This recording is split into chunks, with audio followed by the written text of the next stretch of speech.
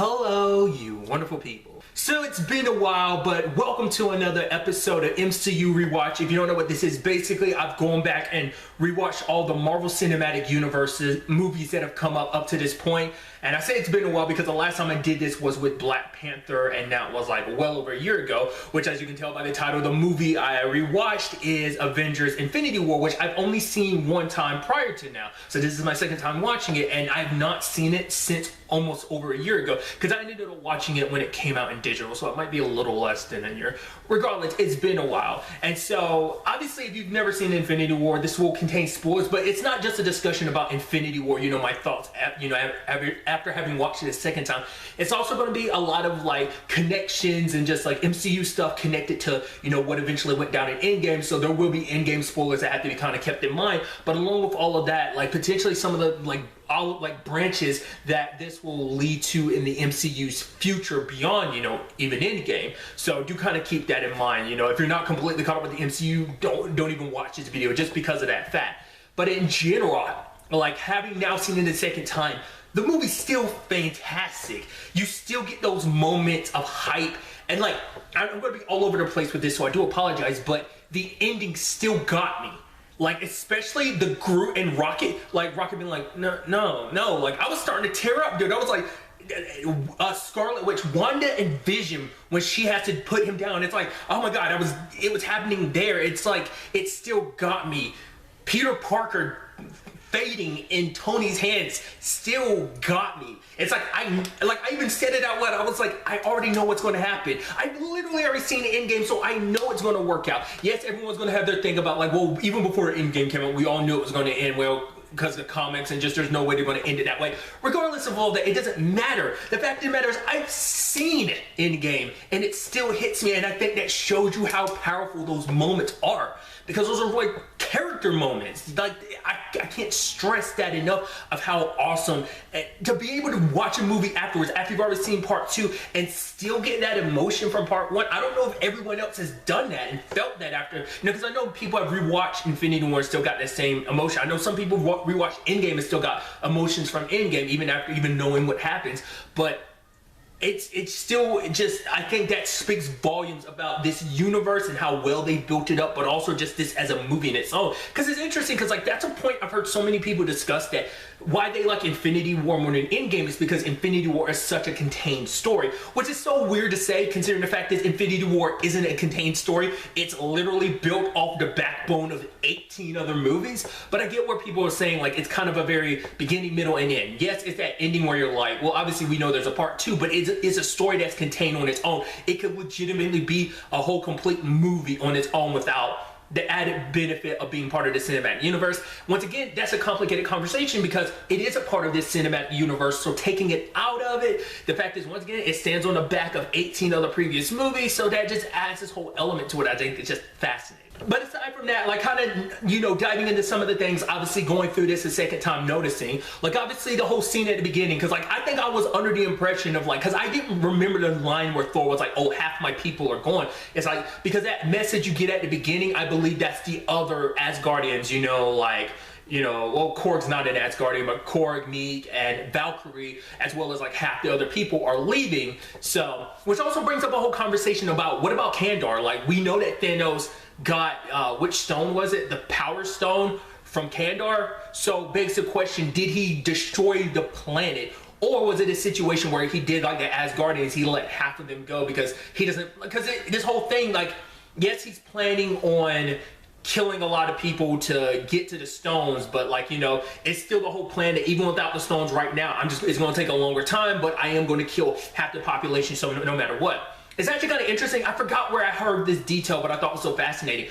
Apparently there was thoughts, and I think early days in the script or whatever for Infinity War, that instead of it being Hulk that lands on Earth to kind of explain, yo, Thanos is coming, it was going to be Nova. Which is interesting because like I forgot where I'd heard this. I don't know if it's true, but I thought it was such a fascinating thing. Obviously you can't do that because you need it to be a pre-established character, because you'd have to go through the whole trouble being like, okay, who is Nova? Like obviously, like I'm only familiar with Nova because of the Ultimate Spider-Man cartoon, and obviously Nova has a connection to the Guardians, which that could easily be something they're setting up for Volume 3, especially after everything that went down with like the Nova Corps and everything, and potentially, you know, I mean, maybe that's what Kandar does. Like, because I don't know much about Nova's backstory about how he gets the powers he does. Is he from Kandar? Is he from Earth? I think based on like Ultimate Spider-Man, he's from Earth. So it could be a situation where maybe that's something, like I said, they tackle in Guardians 3. Might be kind of like a little setup they do. I don't know, but it's just kind of an interesting thing to know that that's potentially where they would have. That's a thought that kind of crossed their minds, which would have been an interesting aspect. But there's so much to dive into, like the whole Loki situation. Like I think I've talked about this when I originally discussed the movie, but even rewatching it, it's like you see Loki kind of smiling, like, go ahead, kill my brother. It's not going to affect me. I'm still going to, but he buckles, because it's like no matter what, they have like the biggest complicated family situation, but that's still his brother. Even after everything they've been through, yeah, they want to fight each other.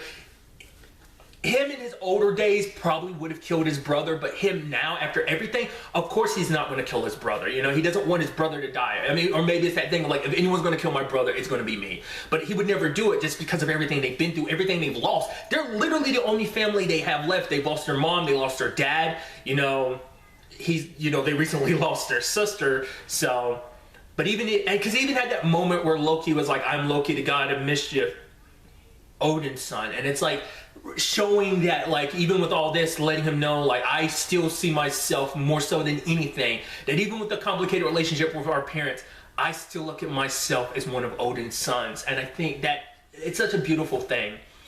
And it's, you know, it's also interesting, the Thanos versus Hulk fight, like kind of looking back on it and now seeing it a second time, it's like, not only is Thanos stupid strong, but because he's also a technical fighter. When you look at the way he takes down the Hulk, it's very precise blows, like, which is like, it's so interesting to see. He's not just brute strength. I mean, Endgame kind of proves that, like, he's a very tactical fighter, but just even in this one moment to see that it's not just brute strength, it's tactics that make him the better fighter in the Hulk, because Hulk is just driven by rage. And I think that's a big distinction, kind of showing like, hey, like, brute strength, it doesn't always win. I mean, brute strength helps, but it also helps to have a brain behind it. So I just think that in itself kind of plays an interesting role in all of that, you know? And it's also interesting when you think about the fact is, Loki always has a connection to the Tesseract. I don't know what it is, they're always drawn to each other. He's always drawn to the Space Stone for whatever reason. Because let's not forget, in the alternate timeline in Endgame, he steals the Space Stone. That's something I didn't even really think about. It's like, right, you're always, like, because I forgot, I was like, that, I think because it had been a while, it had literally been over a year, or roughly speaking, since I'd seen Infinity War, I think I let that detail slip my mind when I was watching him steal the Space Stone back in 2012. I was like, of course. And it's been a consistent thing. That's just so interesting that that's always been the through line to him. It's like, what's his special connection to that stone? Why that stone in particular? I don't know, it's just kind of an interesting thing. It's actually kind of tied into the Loki discussion, but there's a whole conversation with, what's his name? I'm blanking, I feel so stupid. It's, Peter Dinklage's character, I keep forgetting his name. He makes reference to the fact is Asgard was supposed to be here to protect us. That's why Thanos was able to kind of run in and it's like, oh, build me the gauntlet and whatnot. And it was so interesting because it's like, you weren't there to protect us. But then basically we know that like the Age of Ultron end scene, like the little end credit thing was him getting the gauntlet. So that means it was made back in 2015. Let's not forget, Age of Ultron took place after Thor Dark World, obviously, of the movies as well, but Thor Dark World in particular, because that's when Loki started pretending to be Odin. The other 9 realms kind of suffered because he wasn't doing his due diligence. He was just kind of basking in the glory of being Odin, so a lot of Odin's obligations fell to the wayside, and I guess that included protecting the dwarves. That's a detail I didn't like catch the first time, but now I'm like, oh my god, like, so it's kind of Loki's fault that things got to this point. It's Loki's fault, literally, that Thanos has a gauntlet in the first place that allows him to utilize all the Infinity Stones like he eventually does. So it's kind of interesting that such a, you know, once again, the universe being built on itself, like, that's such a small through line that it's like, if you didn't think about like the timeline and all that, you wouldn't piece that together and be like, oh, that's the reason why that happened. It's like I said, other people might have caught that, but I didn't even think about that. There's a conversation between Tony and Pepper where it's like, oh, I had a dream about us having a child. It said a son, but a child named, what was that? Kind of eccentric uncle of yours. He said something like that. It's like Morgan, and it's like, Holy crap. Like, that's an interesting detail I didn't remember. Once again, it'd been like a year since I'd seen it, so it's like, that's interesting. As we know with Endgame, like, he ends up having, like I said, wrong differently enough, but still, he has a daughter named Morgan, so just thought that was kind of interesting. And the whole conversation of, like, you know, him not wanting to go off to do other, you know, it's like, no, I'm here, there's, you know, but he had that feeling of, like, you know, something was going to happen. That's why he had his armor. And it's so interesting, you know, kind of continuing the arc that is Tony Stark. The fact of the matter is, and he even says it later on to Doctor Strange, it's like, I've had Thanos in my mind for 6 years, ever since the Chitauri attack. That's where Tony's need to protect Earth, like, his paranoia kicked in, which, I mean, just because you're paranoid doesn't mean you're wrong. Essentially, that's always like the line. And it turns out right, because it's like Tony knew this was coming. To be fair, when you look at the grand scheme of things, so did Nick Fury. That was kind of the whole point of the Avengers being built. But the fact of the matter is, like, that's why he was always ready, because he knew that big threat was right around the corner. He knew that Chitauri wasn't, you know, once again, that was the whole point of Ultron, to make sure that New York doesn't happen again, that New York doesn't happen on a bigger scale. And obviously, like, it still ends up happening, and that's why there's so much bad blood between him and Steve, even more so in Endgame. But obviously, when it comes time to rewatching Endgame, I'll kind of get to it then. But it's such a fascinating thing.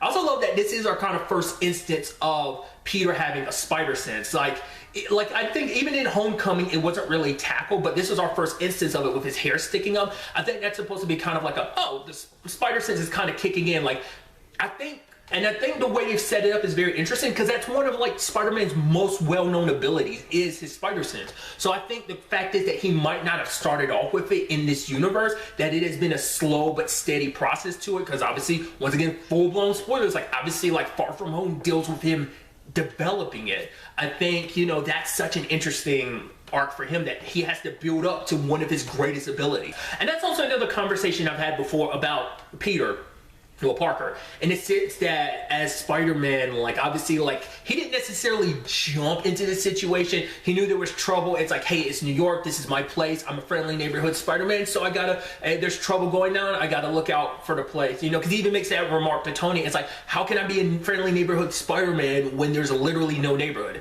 It's like, you get what I'm trying to say. And even to the point, it's like, he stayed behind, because it's like, yeah, even he admits, like, I should have stayed on the bus, because it's like, he wasn't really thinking. It's like, people are in danger, I needed help, Mr. Stark is there, he needs help, you know. It's not like, oh, I'm thinking like, oh, you know, because once again, he made because people made the point of, like, how his story has transitioned from, like, oh, he wanted to be an Avenger, but by the end of Homecoming, it's like, no, I'm gonna stay a friendly neighborhood Spider-Man. But now you see him kind of getting caught up in this literal space war that I think that showed you just who he is as a person, that the fact is trouble is there, like, no matter how big the situation is, I gotta jump into it. I have this power, I have this responsibility to step in, especially because, hey, Mr. Stark's there, so I need to help him face whatever comes, and obviously becoming a full-blown Avenger under these circumstances.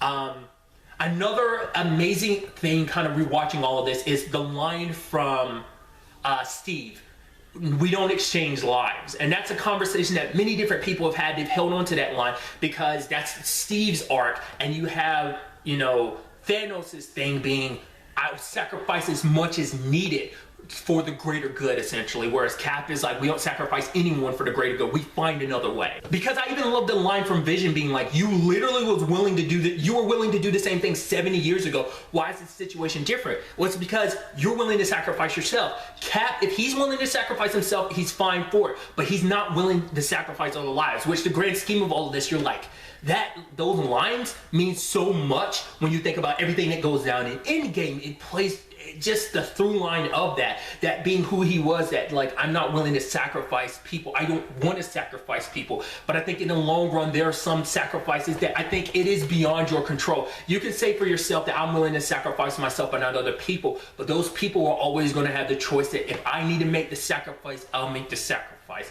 I think that's something I'll kind of keep in mind, potentially when, rewatching Endgame later on at some point, So there's even the Scarlet Witch, Wanda and Vision situation. I don't know why, but for some reason in the back of my head, like when I originally watched the movie, I was for whatever reason under the impression that since Civil War, basically 2 years, that they've basically been together the entire time. But it's like, no, they've been kind of running away from their respective groups. Vision kind of getting away from... Well, because it doesn't seem like he was, I don't know whether he was necessarily with Tony or not, whether he was like with Rhodey and all of them. Like he has to kind of be there under like lock and key by General Ross. Like I wasn't 100% clear on that, but obviously they snuck away to be with each other, kind of like a Romeo and Juliet type of situation. Like, oh, our families are feuding. I never even thought of that parallel to now. Maybe I did before. I don't want to give myself too much credit, but the fact is they still these moments in between. And obviously, once again, it's the whole conversation that we know there's going to be a WandaVision show, like obviously with the announcement of Phase 4. I'm curious at any point in time, are we going to flash back to those moments in between, this and Civil War that they had? Like, is that going to be something we kind of deal with? I mean, that's a question for like Black Widow too, because it's like, we don't know all that Cap, Black Widow, and Falcon were all up to, because like, because we know that, Black Widow, the movie, is going to take place in between Civil War and Infinity War. So probably understanding, because obviously diving more into Natasha's past and what I think it's going to be really interesting when we tie in who she is in that movie and how she ends up where she is in Infinity War and Endgame. I think that's going to speak volumes. I think it'd be pretty neat if they do kind of like a whole timeline lapse of like we show her in, her beginnings and stuff like that is what it seems like it's hinted at. But then even getting some of the little bits here and there, the 5 years, like I don't know if that's something they'll tackle at all. It doesn't seem like it because they said Civil War and Infinity War, but you never know. That could be something where it's like we don't want to spoil all the secrets of this movie. So I think that'd be kind of interesting. But like I said, know what these three, well, kind of four, because Wanda's been with them the entire time, like what they've actually been up to this entire time, like, because I'm assuming it's kind of a thing of like, yeah, they're kind of been rogue operatives, kind of like saving the day. Like, I guess like while Natasha's off dealing with her situation, Cat, Falcon, potentially Wanda are all kind of doing their own thing. Like, oh, we're doing some good in the world, even though we're wanted criminals. I like that, Steve says that line to Ross being like, the fact of the matter is I'm done I'm not going to ask forgiveness and I'm done asking permission. It's like when there's bad out there in the world, I'm going to come running to save the day no matter what. That's just who Steve is. You're going to have that whole conversation about Endgame when the time comes, about like how Steve's whole story plays out. Like I brought it up before in a different video, like obviously sharing my thoughts and theories about that whole situation. Another powerful line is the whole Rocket and Thor situation, the whole thing of Thor making a comment, because it's like, oh, Rocket, it's like, oh, the fact of the matter is you've lost so much and all this. And Thor, and it's kind of a through line in Endgame as well, that, even he kind of tries to crack jokes, which people have their issues with in certain regards because of Endgame and stuff like that. But I'll talk about it later when it'd be more of an Endgame thing. But it's a whole line of like him trying to kind of keep up his spirits, kind of like smile and kind of be like, no, I can get through it. Like, I have all this driving me, but you can tell he's so broken and sad after losing everything. Losing his best friend, Heimdall, losing his brother, losing half his people. Yes, your people are gone. Half your people are still alive out there, okay, but obviously, like, revenge is driving you. You haven't always, you just got a position of being a leader. And I know, I'll finish what I was about to say, and then I'll kind of go back to the whole Stormbreaker situation. I'll kind of dive into it. But the whole point is, like, there was that line where it's, Rocket, he's like, Thor is like, the fact of the matter is I'm alive proves that, basically Destiny is saying like, I needed to put Thanos down. Like, if not, why would I even be here? And, Rocket's like, what if you're wrong? And Thanos is like, well, and then Thor is like, well, if I'm wrong, what more do I have to lose? I was like, dude, that's such a beautiful line because of the ending. Because you thought, oh, what else could I lose? The fate of the entire universe hangs in a balance. And obviously I think that's what weighs heavier on Thor at the end of it too, is like, I not only said what else could I lose, and we lost everything because of me, because I didn't go for the head, because I was so caught up in my own revenge, I didn't do what I needed to do. I had the chance and I didn't put him down. So that's why he's just the way he is in Endgame. Like, everything's just like weighing down on him. Like, everything that went down in this, it's already bad enough. You lost your people, you lost a lot of people, when Asgard got lost because your sister killed a lot of people. So, excuse me. So you have that. Then on top of that, it's like, oh, when you're kind of building yourself back up, oh, everything's okay. But then it's like, nope, you lose half your people, your brother dies, your best friend dies, like, and then just everything just keeps building and building until, you know, what happens in Endgame. Like I said, that's a conversation its own. And this was a line I always held on to. I remember discussing vividly was the whole Rocket situation. Rocket was like, yeah, but, you know, I have a lot to lose, which he did. He lost everything, with the exception of Nebula, but obviously his core family, the entire Guardians, are gone now. And he lost everything because of all this, and that line was so powerful because of that. You know, that's why he strives to push it so hard, because his family's gone. And that's something I'd commented on the time, because when you look back at Volume 2, you really see how important they are to, like, Rocket. The reason why Rocket kind of pushes everyone away with the way he acts is because he is scared to lose them, because they are his family. They're the only people in this world he cares about like that, you know, and I think that speaks volumes. Another thing I thought was kind of interesting, because a lot of people, I've heard people issue with the whole fact is that they feel like, oh, basically everything that was great about Ragnarok kind of gets shit on by Infinity War, because immediately you've taken all that out. It's kind of like all that was kind of undone, because it's like, oh, Thor needs to get Stormbreaker. It's like, what was the whole point of everything that went down in Ragnarok? You becoming a god of thunder. It's like, he got his ass kicked. I think that's right there shows you just how powerful Thanos is. Even with like, oh, I've got my mojo and I've got my powers, like I don't need the hammer. He got his ass rocked, you know? So I think that in itself is proof of, like, shows you, for one, how stupid powerful Stormbreaker is. I think you can think of Stormbreaker as like multiplier. It's like, yes, Thor doesn't need Mjolnir to kind of channel his powers or whatever. It was just it was a means of channeling his power, but he can handle it on his own. But combining his powers with Stormbreaker, which I think Stormbreaker, if you think at it from like a stats point of view, I think it's a stat booster. Whereas Mjolnir was kind of more like, you get a little buff, but more so than anything, it was just a means of channeling his power through. It's kind of a crazy out there comparison, but if you remember Yu Yu Hakusho, Kuwabara, what did he use for the longest time? He used like the small hilt, like a small broken off piece of a wooden sword, because that was the only way he can channel his energy. Mjolnir is that, but then eventually, like obviously because of like Ragnarok, Thor and Kuwabara is similar, because Kuwabara learned how to summon his sword by just focusing the energy, but now having a different tool to kind of send your energy through, which that axe is already made from crazy powerful materials, then it just, once again, it's an amplifier to what was already there. Hence why when he hits Wakanda and rocks the scene, that scene is still holds up to be so good. Obviously everything in Endgame, but once again trying to keep the separations of just like how I feel about Endgame compared to this. I've already kind of made that clear when I've talked about the Endgame spoilers, but nevertheless, I think it's just so good. Hell, the Wakanda scene in general, just like, you know, Cap and Black Panther running out in the front lines is still so awesome. That full-blown battle, it's still amazing. And once again, I talked about it before, but that line from Okoye being like, why the hell was Scarlet Witch up there the entire time when she could do what she did? Like literally lifting up those 5 different machine things and tossing them. It's like, she is crazy powerful when the time comes. It's actually kind of interesting, kind of circling back to Scarlet Witch and Vision. The whole point of like, oh, we removed the, you know, stone, because that's not all Vision is. Vision is a combination of Jarvis, Ultron, Tony, and Bruce, that I think that's kind of set up for the future to be like, he won't need the Infinity Stone. Whatever goes down in WandaVision, I think is going to contain that fact is, and maybe like without the Mind Stone, maybe he isn't the same person. That maybe those pieces together kind of don't really work and gel together well without the Mind Stone. Maybe the Mind Stone kind of brought balance to all that, because all of that together might be a little too much. It might be a little chaotic, and the Mind Stone brought peace and balance to all these different natures that make up, you know, Vision. You know, that's my thought process. I think even, you know, after this, you know, I still had even a big appreciation for Gamora and Peter's, you know, relationship. I was obviously like Gamora going to him to be like, out of anyone, I need to ask you to do this, because I think, you know, it's because I can only rely on you to do what's necessary for the greater good, essentially.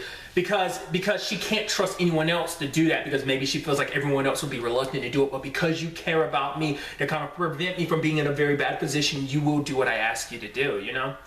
What I also thought was kind of interesting with it all is just obviously like, I think it might be something I brought up before, but it definitely hits hard, like, kind of watching it, is like when she thinks she kills Thanos and she breaks down. And even Thanos is like, like, you always wonder about things like that. He's like, but basically seeing this shows me that you did care. I wasn't sure, I always felt like it, but this proves it. You do love me, you know? And I think it's almost like this Stockholm Syndrome thing of like, you've been her captor for decades. And the fact of the matter is, of course she's going to have some twisted connection to you. And even in Thanos' mind, it's like, I love Gamora, which I wonder, would that scene play out the same way if it was Nebula? I don't think it would. The whole Vormir situation of getting the Soul Stone, I don't think it would play out exactly the same way, because his love for Gamora is so deep.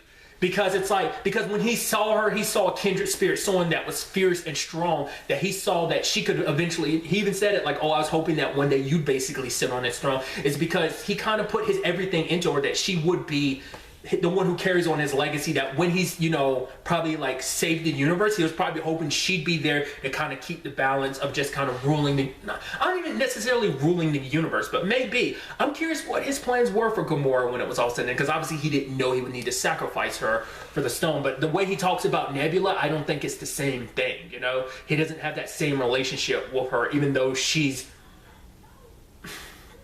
you know, it's a very complicated situation. But what I thought was interesting is that Thanos says a line of like, when Peter Quill is about to pull the trigger on Gamora, when he actually pulls it, he was reluctant to do it, but he did it regardless. What does Thanos say? He's like, I like him, and leaves. Because to him, he saw in Star-Lord, he saw himself, because it's like, yes, you didn't want to do it, but you were willing to pull the trigger because you knew it was for the greater good. And he can respect that because he sees himself in Peter. It's like, because he even makes a point, and that's always been something that other people have brought up, is the whole conversation of, at one point in his history, he didn't pull the trigger when he needed to, and that led to everything going down in Titan. He let his, I think it's kind of a similar situation. I think that's why he likes Peter, because he was in that exact situation to do what he needed to do. Probably someone he loved was in danger.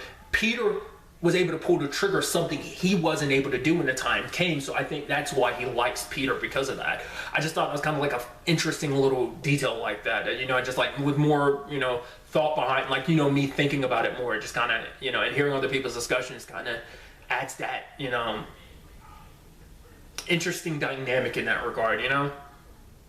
There was also the whole conversation, and that was a big conversation, with the whole Tony and Thanos conversation, where he's like, oh, I know you, Stark. He's like, you know me? Oh, he's like, yes. You're not the only one cursed with wisdom.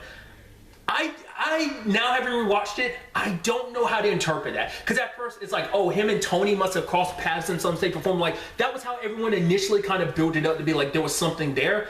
But now, like, one part of me is thinking like, oh, well, one side now thinking is the Soul Stone, that basically, you know, Red Skull said it would give you wisdom. So maybe maybe now that he has a Soul Stone, he looks into Tony's heart and it's like, you're like me. You're willing to do whatever you can to protect lives. The fact of the matter is, to save people's lives, you're willing to do whatever it takes. So I think maybe he had sent some kindred spiritness within, because Tony has done a lot to decide to try and save lives, to save people on Earth. But I think that's one thought I had. But another thought I had is like, oh, ever since Avengers, he's had his eye on Earth. Like, Earth has always been somewhere like in his mind's eye, because they were able to fight back the Chitauri. No other planet has been able to fight his domination like they did. So of course he's going to take an interest in him. It's like, oh, who are these warriors? Who are these warriors that were able to fight us back? Stark. He's probably kept an eye on Tony the entire time, much like Thanos has always been in the back of Tony's mind. Tony has always been in the back of Thanos' mind of like, you. Because to show how important Tony is, it's like, even Cap was like, the planet, she lost her greatest hero, essentially, because Tony was missing, and it's like, he's the biggest proponent for protecting this planet. Once again, kind of showing you the modesty that is Cap, that he looks at Tony as that. I mean, to be fair, like, in the grand scheme of things, I mean, I think you can look at it from a larger scale of like, hey, this is Tony who has been the start of this MCU. Once again, timeline-wise, it was actually, you know, Cap, I'm sure, is going to go even crazier when you add in the aspect of the Eternals, but that's something quite a bit into the future, so we're going to have to wait till that have to come out. But for context of everything, Tony kind of was the glue that kind of, well, built everything up, but also held everything together, you know? So, which once again, that's an aspect I love too, is the relationship that's like, you should call Cap. It's like, Bruce, a lot of stuff has happened while you were gone. You know, picking up the fact is that, you know, once again, like the heaviness that was Civil War, that disagreement.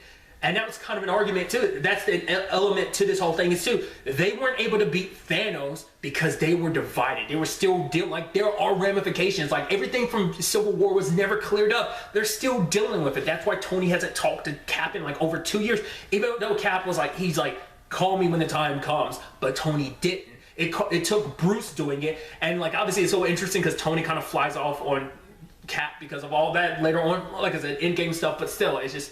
it's interesting. I didn't even talk about it either, but maybe that was always meant to be the detail, but obviously like Gamora has that knife from Thanos, the double-bladed knife, which in Endgame he has a double-bladed weapon. And I guess that's the whole point too, because like the whole weapon is about, you know, representing balance in the universe and stuff like that. So I'm wondering, you know, that weapon kind of represents that, him cleaving a balance in the universe to a certain extent. Maybe that's me overthinking it, but I think maybe there's parallels that was kind of foreshadowing that weapon he'd have later on. The fact is, it's kind of interesting when you think about it. He has it in Endgame, but he doesn't have it like present day, because I guess it's like he's killing people, sure, but he's more calculated, and that's more of a, I guess, a weapon for a mass murderer. And yes, he is, but like I said, he's more calculated. Like that would be him just like, I don't know, like maybe there's complexity to the reason why he doesn't have it in Infinity War, but obviously there's the whole thing of like, because it's cool or because you use it in Endgame for him to wield that weapon fighting everyone. Yes, but I think you could probably think of there being a reasoning behind it as well, but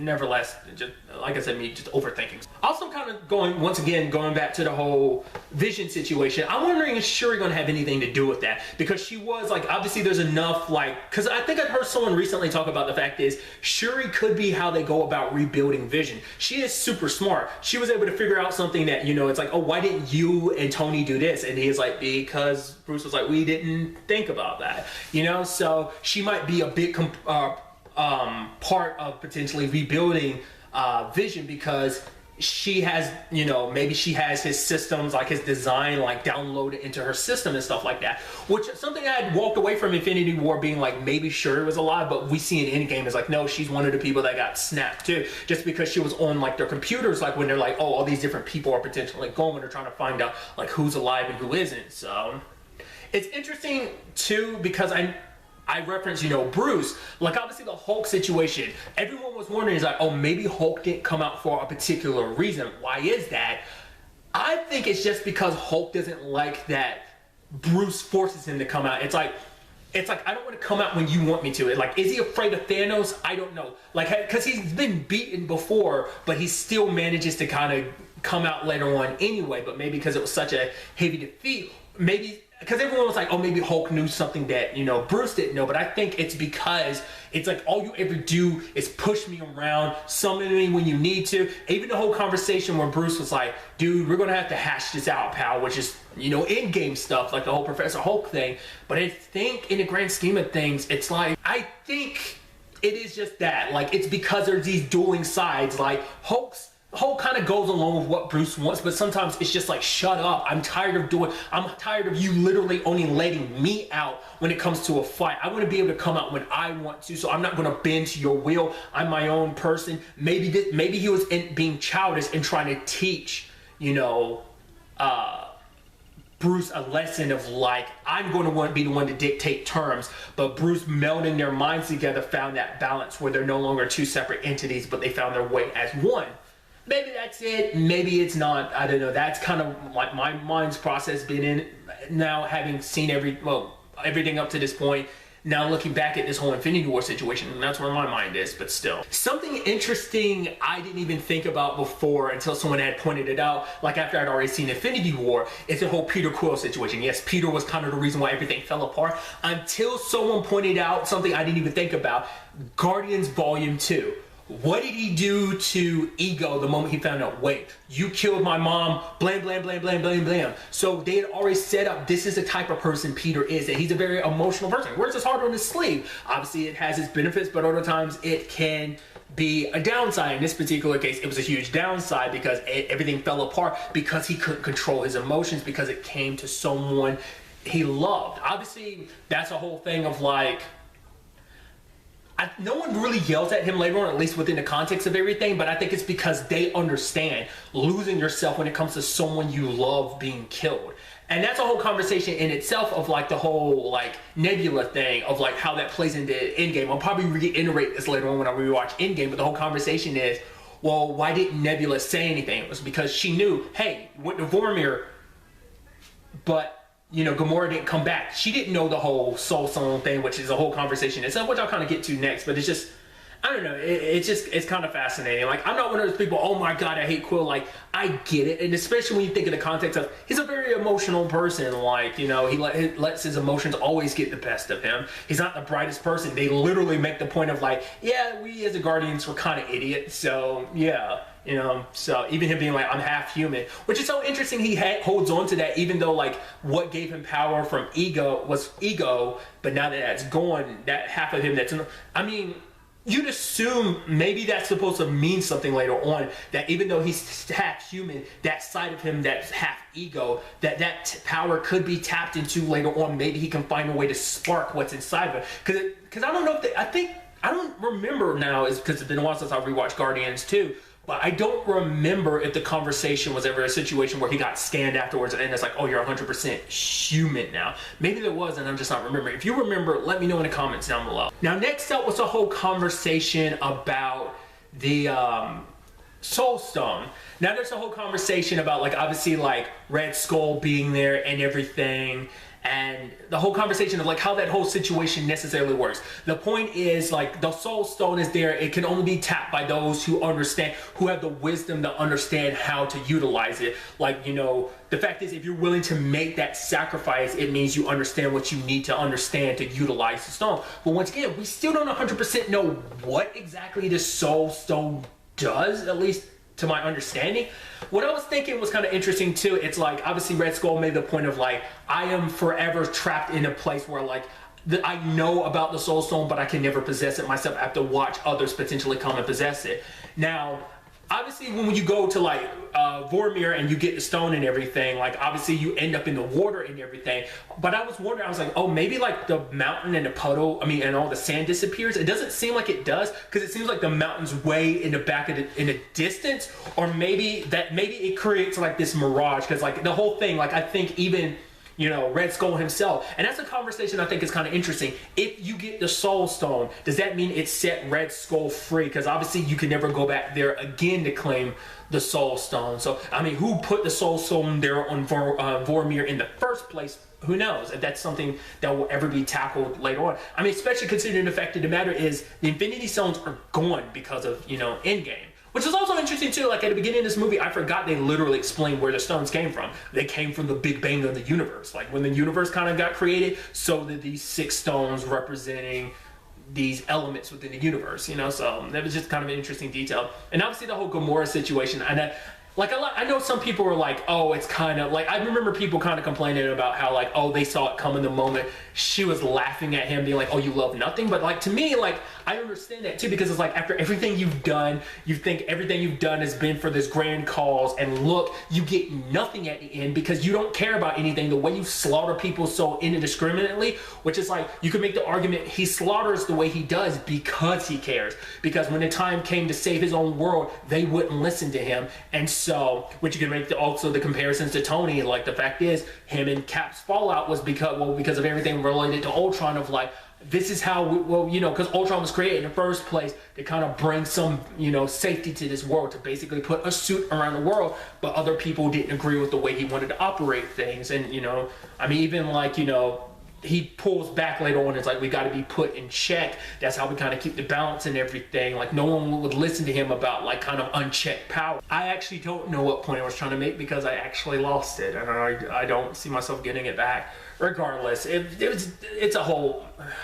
like I said, I really don't remember what I was going to Nevertheless, moving on, still can go back, and this is another point that someone had made, like every point in the movie, Thanos is always a little bit out of reach. Like, it's never been like the biggest power gap. To a certain extent, you can make that argument. To be fair, considering the fact is, Endgame kind of makes it seem like, no, that's not the case. You never stood a chance against him, just because the way he fights in Endgame makes it seem like the toughest of the toughest couldn't take him down. The trio of Captain America, Iron Man, and Thor wasn't enough. Captain Marvel wasn't enough. Even she kind of held her own until he used Power Stone to kind of give himself the upper hand to kind of knock her down.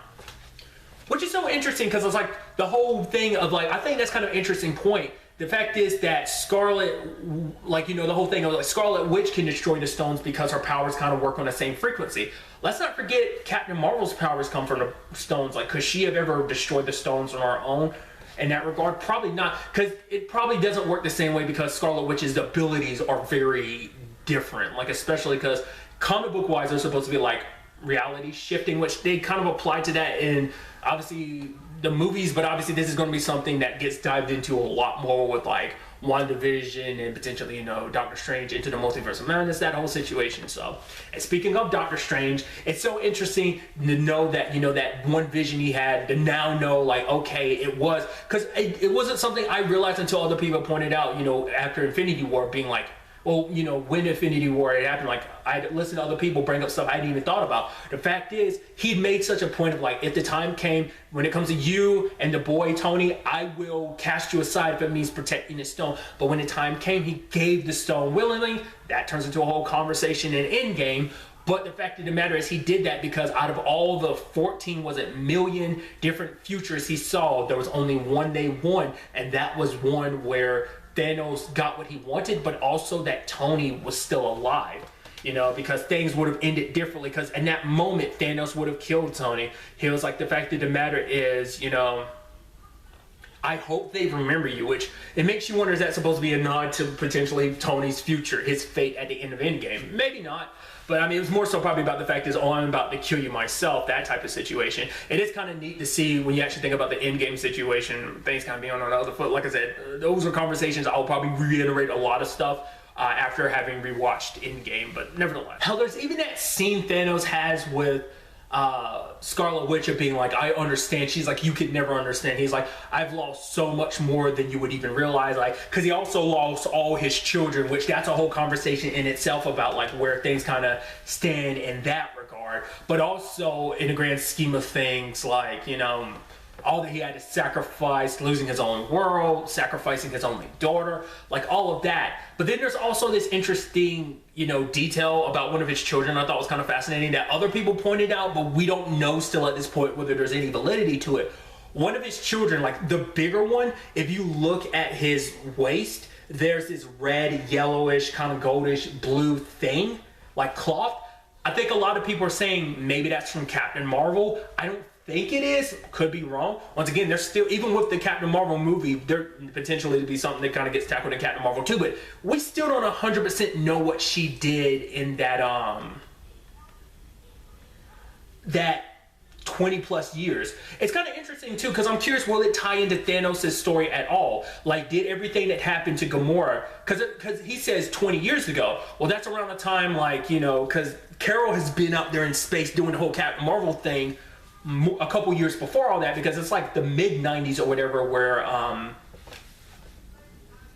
her story takes place, you know, in Captain Marvel. But then what about, like, you know, or could it be a situation, I would assume he says 20 years ago, but maybe there'd be some like leeway with the years and stuff like that, but maybe it's like while she was kicking it with the Kree.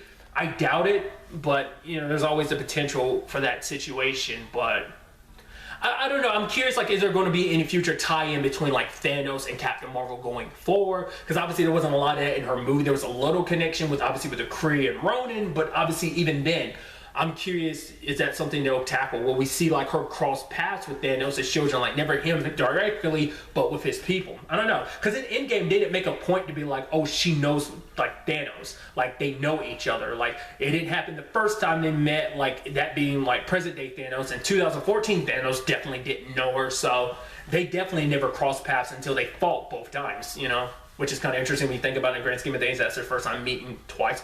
it's a whole thing. But I just thought that was kind of fascinating to think about as well. So, and obviously the biggest detail I never picked up until like after I'd already seen the movie and heard people bring it up. It's like, oh yeah, literally all the original Avengers survived and everything. So that was a detail I didn't even catch the first time through either. So I'm also curious, like, what Wakanda was like. That was something we never really got tackled too much. Like, obviously, Okoye was kind of taking over things, which makes me think that T'Challa's mom might have gotten snapped too, because there was no, like, Okoye was handling things from Wakanda. I didn't even think about that in Endgame. So that must mean, like, Shuri and her mom, their mom, got snapped as well, because they're only lines of royalty left. So if you would think someone, but then again, it could just be that Okoye is kind of responding because of other people, but it just seemed more like Okoye was kind of handling things. So I think she was kind of like the next one in line with all the hierarchy kind of going, like the monarchy going. She was kind of the next in line to kind of take over potentially. So I don't know,